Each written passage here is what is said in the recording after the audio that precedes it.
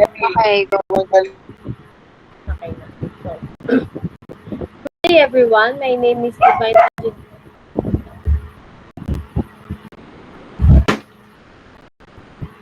Ulit. Okay, Patain. Okay. So, ulit. Good day everyone. My name is Divine Angelo Coloma. So, I will be your teacher for today. So, for your attendance, nilagay ko na po sa G Classroom. Magpe-present na lang kayo doon. Okay? So, first, let's go to our motivation. Yeah. So, for our motivation, we will have a word hunt. So, lahat naman kayo familiar sa word hunt, di ba? So, basically, meron ditong random letters and then may mabubuong word doon and kailangan nyo lang sumagot or just raise your hands, okay? Okay, ready? Sino gustong sumagot? Yes, Mr. Langhap. Color po. Color, okay. Sino pa? Meron diyang 5 words. Yes, Miss Konghe. Sir Konghe. Texture pala. Okay. Okay, texture. Sino pa po?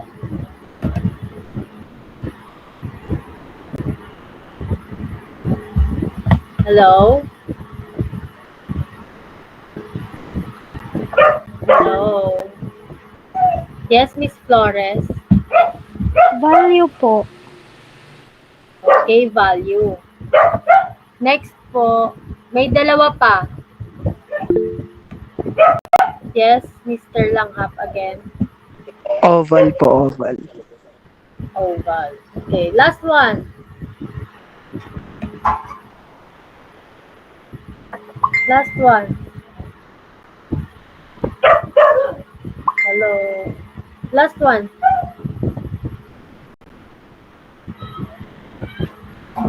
We have texture, color, oval, value. Isa na lang. Ay, ayaw niya sumagot. Yes, Miss Flores. Asymmetry po. Okay, very good. Asymmetry. So, sa mga sinagot nyo, ano sa tingin nyo yung magiging topic natin for today? Anyone?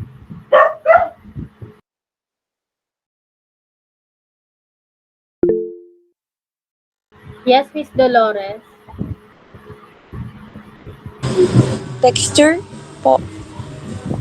Texture. Pwede. Other idea po kung anong pwede maging topic natin.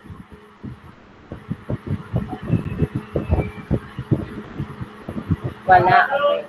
So for today, our topic will be elements and principles of design. So any idea about this topic? Sino may idea dito? Hello?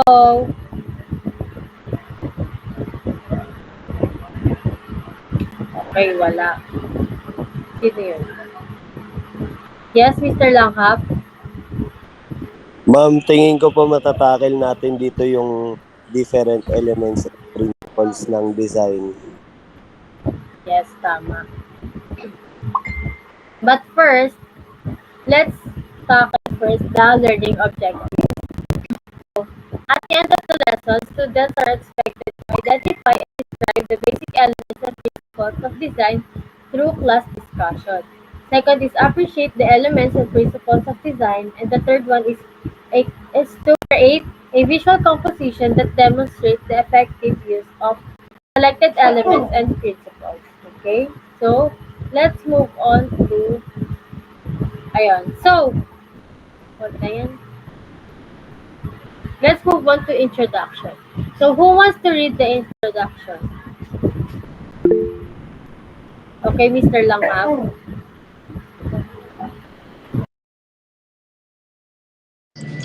Introduction. Design is a visual language that communicate ideas, emotions. Ma'am, sorry po, may aeroplano eh.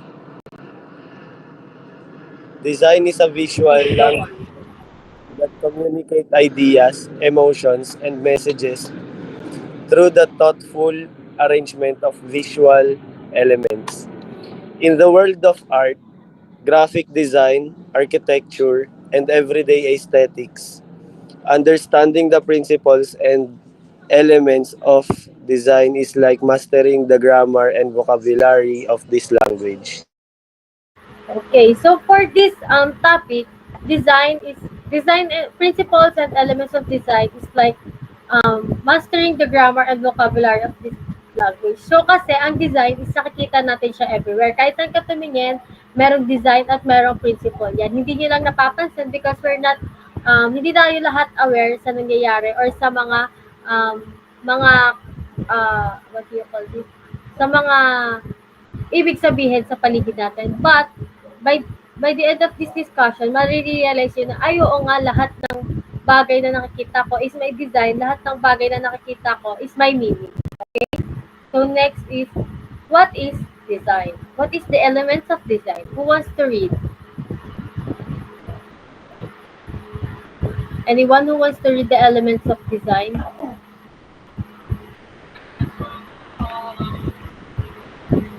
Gusto niyo magtawag ako?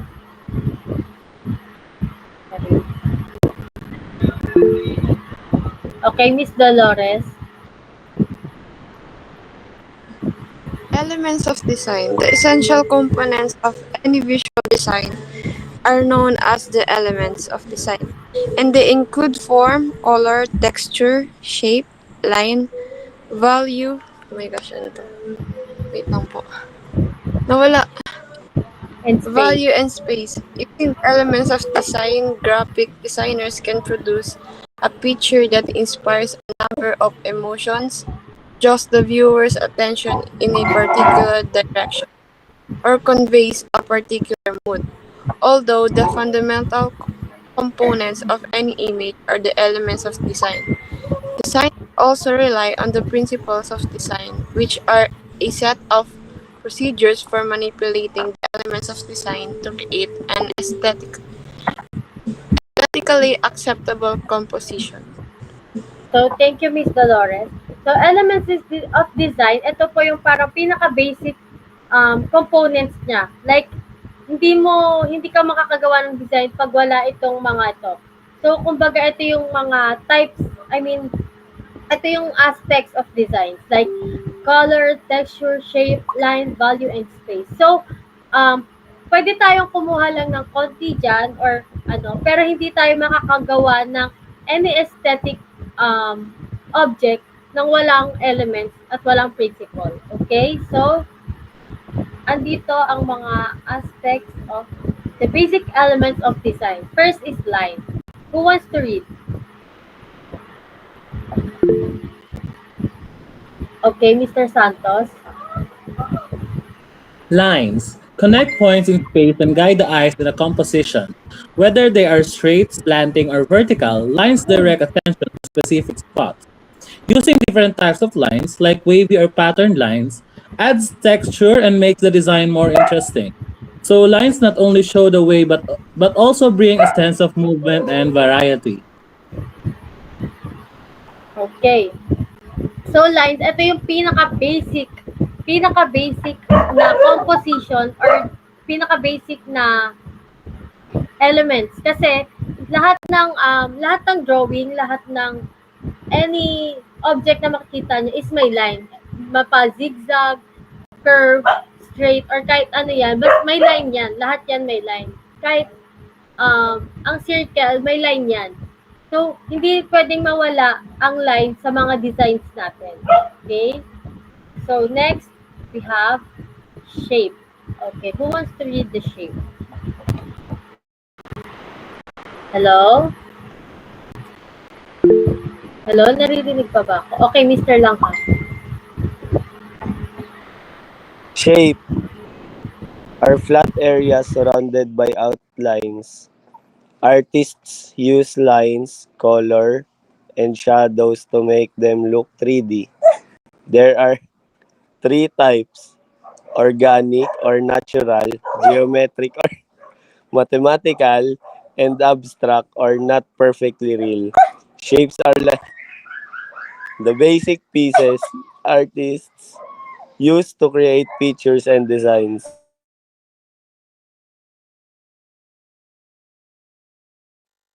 Ma'am, tapos na po, ma'am. I know. So shape, by using a line, we can create a shape na makakagawa tayo ng iba't ibang shape wherein magkakaroon tayo ng iba't ibang design. Minsan, may nagagawa tayong design na hindi familiar sa atin yung shape, pero lahat ng design na nakikita natin is may tawag na shape doon. Okay? So, next is color. Who wants to read color? Hello?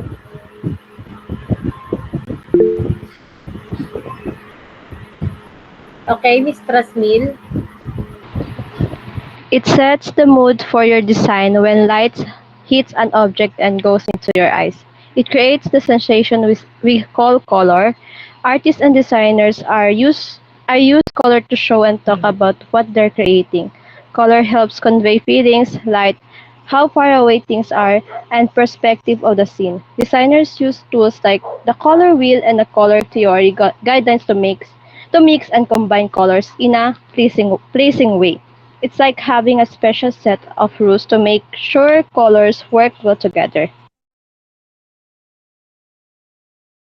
So, color.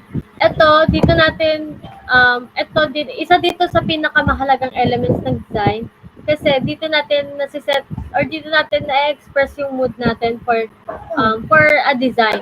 Dito din natin napapalabas yung expression natin. Or dito din tayo, di ba sabi nila parang nakakapag-usap tayo through art. Kasi dito natin na-express yung mga mood, expression, and feelings natin.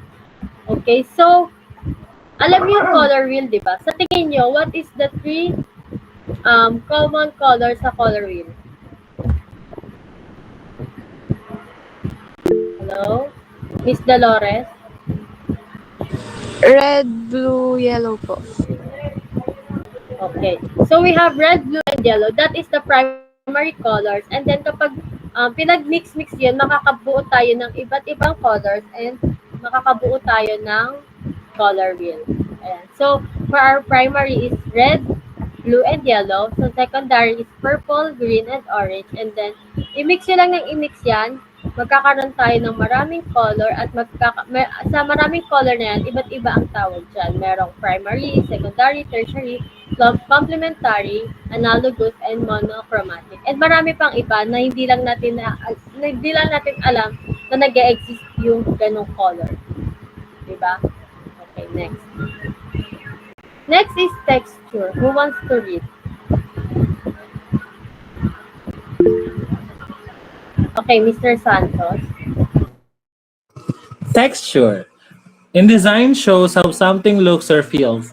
Tactile texture is about the physical touch, like whether it's rough or smooth. Visual texture is how we imagine the feel, adding more interest and making it feel real, even if we can't touch it. So, it's not just about how things are really feel, but also how we think they might feel, making designs more interesting. So, sa tingin nyo, paano natin malalagyan ng texture yung isang design natin? Or paano natin nalalaman yung texture ng isang design natin?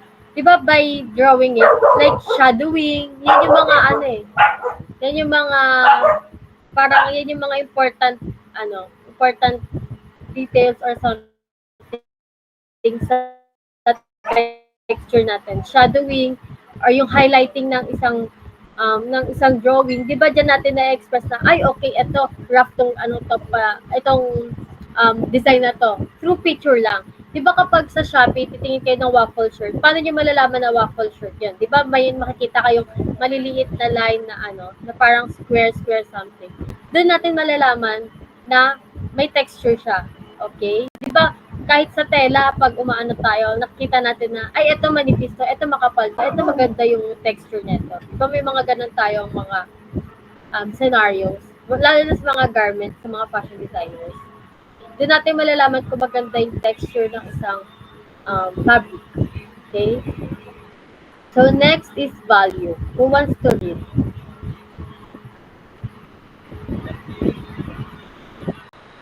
Miss Flores, can you read it? Okay, Miss Dolores. Value refers to the lightness or darkness of a color or tone. It helps create contrast and define forms. Okay, so value, dito papasok ang shading. Yung shading ng isang design natin. Kasi di ba sa value, dito natin malalagay yung lightness and darkness ng color natin. So, di ba kapag yung blue mo is ma-light lang, anong tawag din, di ba, baby blue. And then kapag nag-dark siya, nagiging navy blue siya. Ay, baby blue ang light, di ba? Pag nag-dark siya, nagiging navy blue or something like ocean blue or royal blue, di ba? Doon natin doon din tayo makakagawa ng iba't ibang color through the value of it. Okay? So, next.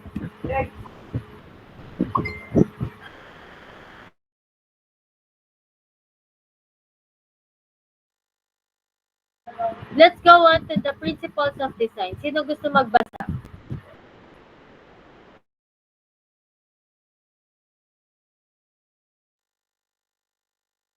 Hello? Mr. Langhap.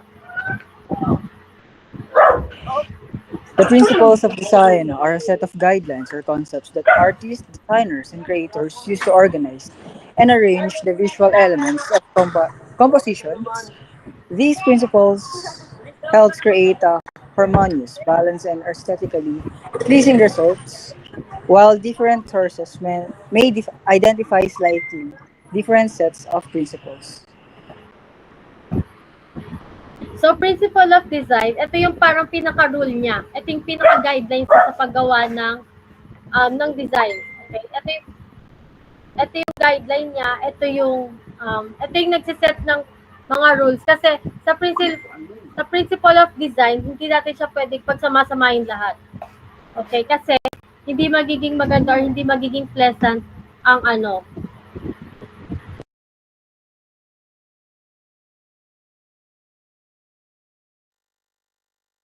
hindi magiging maganda or hindi magiging pleasant sa paningin ng tao yung ginagawa niya. Kasi pag pinagsama-sama mo lahat ng principle of design and the elements of design, hindi siya magiging maganda kasi magiging over-decorated siya. Okay. So, here are the principles of design. First is the balance. Who wants to read? Anyone?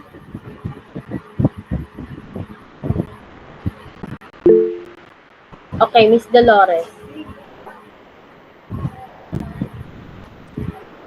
Balance. Symmetrical balance. Achieved when elements are evenly distributed on either side of a central axis, creating a sense of stability and formality. A symmetrical balance involves arranging dissimilar elements in a way that still achieves visual balance, often by balancing a larger, more dominant element with several smaller elements.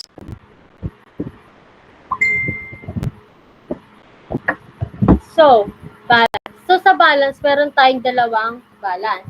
Symmetrical and asymmetrical. So, sa symmetrical, sa tingin nyo, paano nyo nasasabing symmetrical yung isang painting or isang picture? Sinong may idea?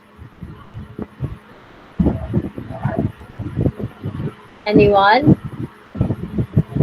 Wala? Okay.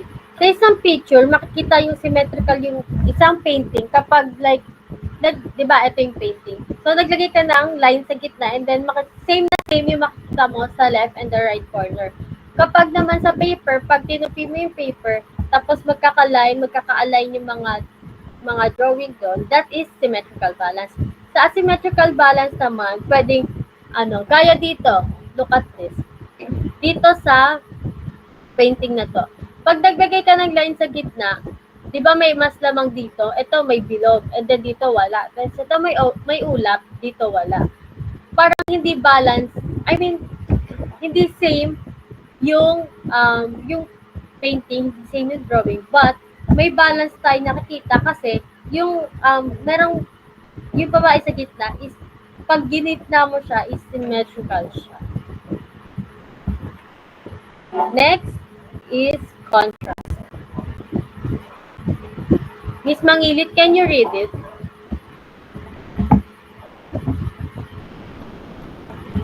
Hello?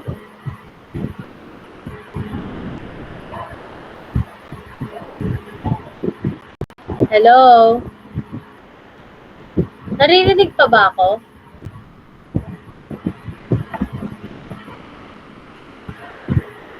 Hello? Mr. Santos.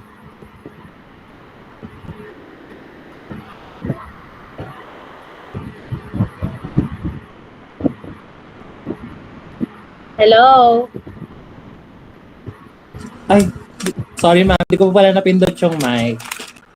Okay na. So contrast, color contrast. Difference in color can create emphasis and visual interest. Complementary colors opposite on the color wheel often provide high contrast. Size contrast. Varying the size of elements can create visual interest and hierarchy. Texture contrast. Difference in texture such as smooth versus rough can add depth and dimension to a design. So, contrast. Meron tayong three types of contrast. It's the color, size, and texture contrast.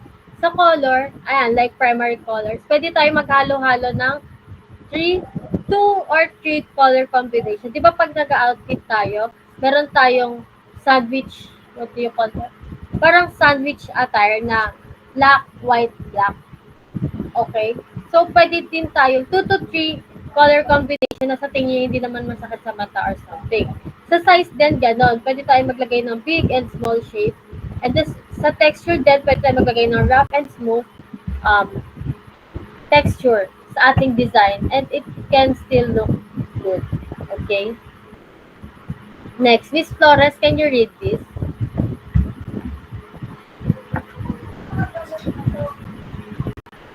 Miss Flores. Emphasis. The focal point or main point of interest in a design, achieved through contrast, color, size, placement, or other visual elements. Emphasis. So, sa emphasis po, look at the example here. Diba? Yung drawing, ano lang siya, black and white lang. And then the rose is color red. So, the red rose is the focal point. Halata naman. So, ito yung nagbibigay sa atin ng attention. Parang ito yung center of attention natin. Ito yung pinagtutuunan na pansin. At ito, na kukuha natin to kapag gumagamit tayo ng contrast, color, size, placement, and other visual elements like colors. Yun, sabi ko na nga kanina. Okay? Next is unity. Sinong gusto magbasa?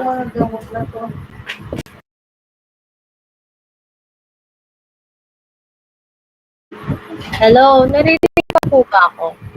Miss Flores? Unity ensures that all elements in a design work together cohesively, achieved through consistent use of color, shape, texture, and other elements. So, by the word itself, unity. So, kailangan nilang mag-unite. Kunwari, color, the texture, the shape, okay, and the line. Diba? Tignan mo sa picture na to, anong meron dyan?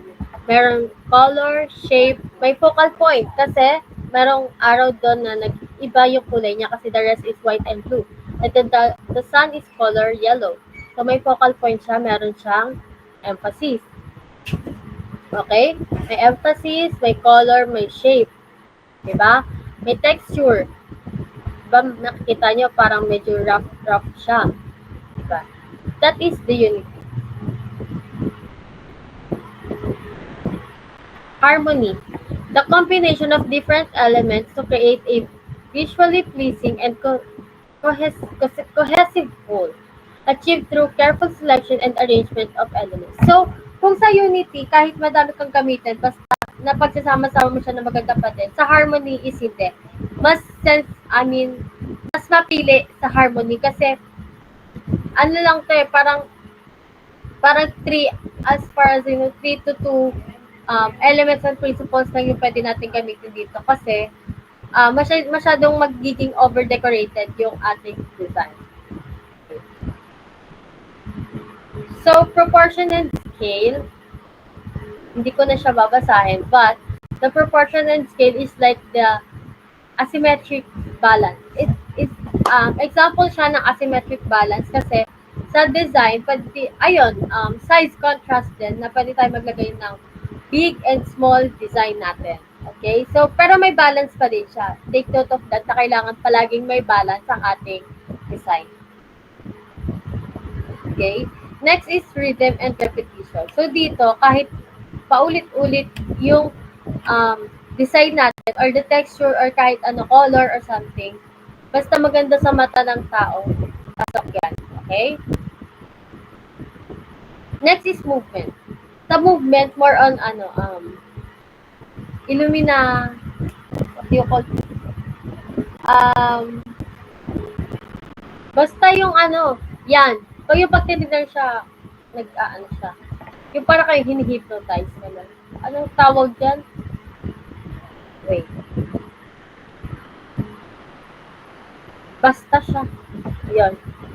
Basta maganda sa mata, hindi naman yung nakakahilo talagang tignan. Optical illusion. Ayan, meron siyang optical illusion.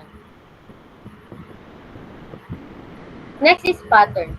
Kung sa rhythm and repetition, iisang bagay lang siya or iisang element of design lang siya na inulit-ulit, sa pattern, pwede siyang magkaroon ng 2 to 3 elements of design like color, alam niyo yung reggae, di ba? Yun. Pwede siya or pwede din purple, pink, and blue, purple, pink, and blue. Basta magiging pattern siya or organize siya. Kasi sa repetition, malaki, maliit, malaki, maliit, pwede siya. Pero sa pattern, basta organized manner siya. Pasok siya sa pattern natin. Next is variety. The use of diversity and contrast is... Wait.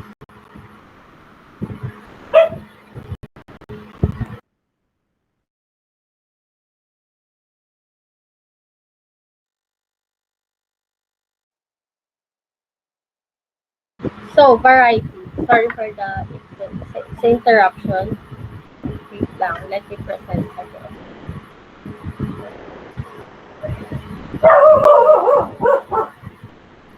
Kita na ba? Wait lang.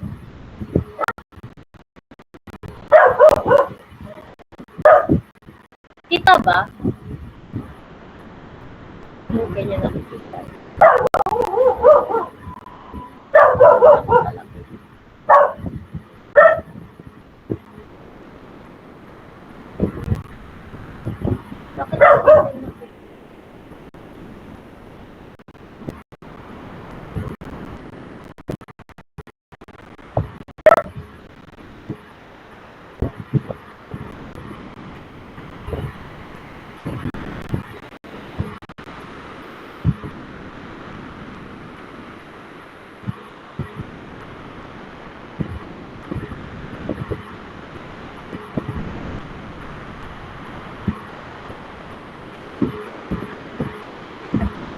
So, variety.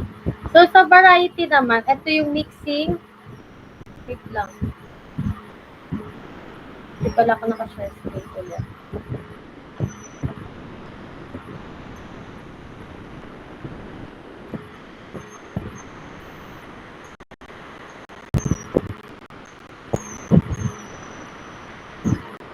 Ayan.